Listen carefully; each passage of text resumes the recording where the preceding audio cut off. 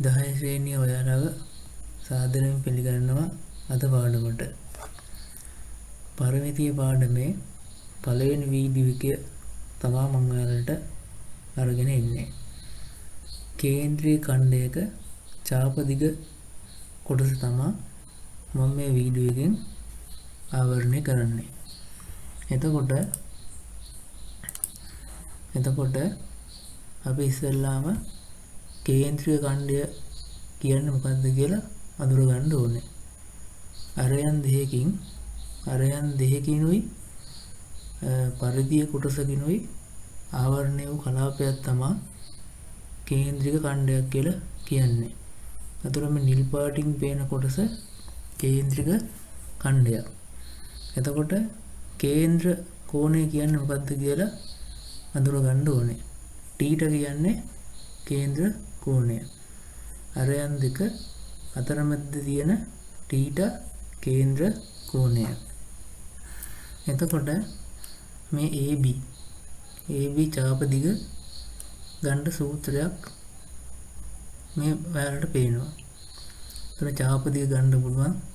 ඡාපදිග සමානයි 2πr වැඩි කිරීම 360 උඩ කේන්ද්‍ර කෝණය. θ කියන්නේ අරයන් දෙක අතර කේන්ද්‍ර කෝණය. එතකොට r කියන්නේ මේ අරය. කේන්ද්‍රික ඛණ්ඩයේ අරය. හරිද? එතකොට 2πr කියන්නේ වෘත්තයේ පරිධිය. එතකොට අපි මේ සූත්‍රය දාලා ගණන් දෙක තුනක් බලමු. එතකොට දැන් මේ ඔයාලට පේනවා ගැටලුවක්. එතකොට බලන්නකෝ දැන් කේන්ද්‍රික ඛණ්ඩයක් තියෙනවා. අරය සෙන්ටිමීටර් 7යි. කේන්ද්‍ර කෝණය අංශක 45යි. එතකොට දැන් බලන්න රූපේ අඳුරු කොට දැක්වෙන කේන්ද්‍රික ඛණ්ඩයේ ඡාපදිග වෘත්තයේ පරිධියෙන් කවර භාගයක්ද? ඡාපදිග කියන්නේ මෙන්න මේ දුරනේ. කවර භාගයක්ද කියලා අහනවා. එතකොට ඒක විසඳලා තියෙනවා මෙන්න මේ විදිහට. එතකොට දැන් 360 කියන්නේ අංශක 360ක් කියන්නේ අංශක 360ක් තියෙන වෙලාවේ වෘත්තීය පරිධිය. එතකොට පරිධිය තමයි ඒක. එතකොට 360 උඩ අංශක 45. එතකොට 45 තියෙන වෙලාවේදී මේ ඡාපදිග. එතකොට භාගයක් විදිහට ගත්තොත් 360 උඩ 45 මේ දෙකම අංශක. එතකොට 8න් 1යි. දැන් ඔය විදිහටම ගත්තොත් දැන් අර්ධ වෘත්තයක් ගත්තත් ඔය භාගය ඔය විදිහටම ගත්ත හැකි. 360 කියන්නේ සම්පූර්ණ වෘත්තයක පරිධිය. ඊට උඩ අංශක 180. එතකොට අර්ධ වෘත්තයක් කියන්නේ අංශක 180ක් තියෙන වෙලාවේ ඡාපදිග. එතකොට 360න් 180. එතකොට භාගයක් විදිහට ගත්තොත් අර්ධ වෘත්තයේ ඡාපදිග වෘත්තයේ පරිධියෙන් කවර භාගයක්ද කියලා අහුවොත් භාගයයි. හරිද? එතකොට දැන් මේ කේන්ද්‍රීය ඛණ්ඩයේ ඡාපදිග අහනවා.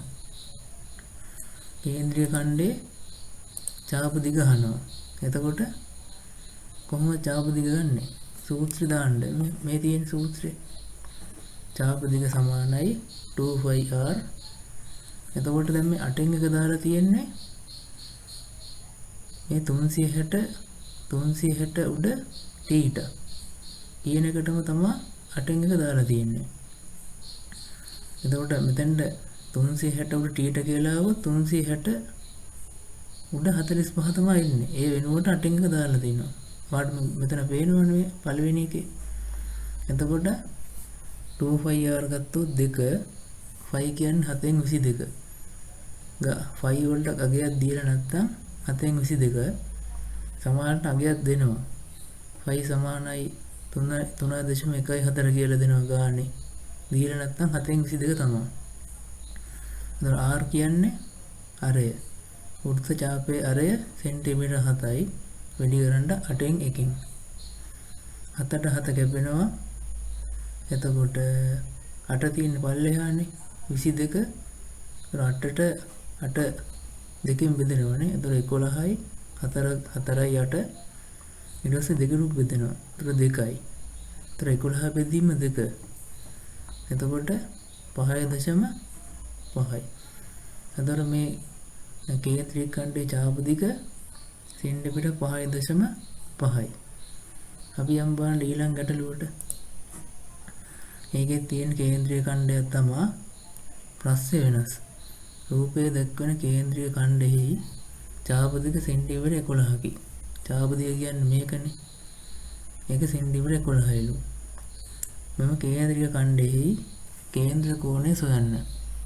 අරයන් දෙක අතර කෝණය. අරයන් දෙක අතර කෝණය. එතකොට කේන්ද්‍ර කෝණය θයයි ගනිමු. සූත්‍රය දාලා හදන්න පුළුවන්. ඡාප දිග සමානයි 2πr 360 උඩ θ. එහෙම නැත්නම් කේන්ද්‍ර කෝණය. ඡාප දිග දීලා තියෙනවානේ. එතකොට ඒක 11 කියලා දාන්න පුළුවන්.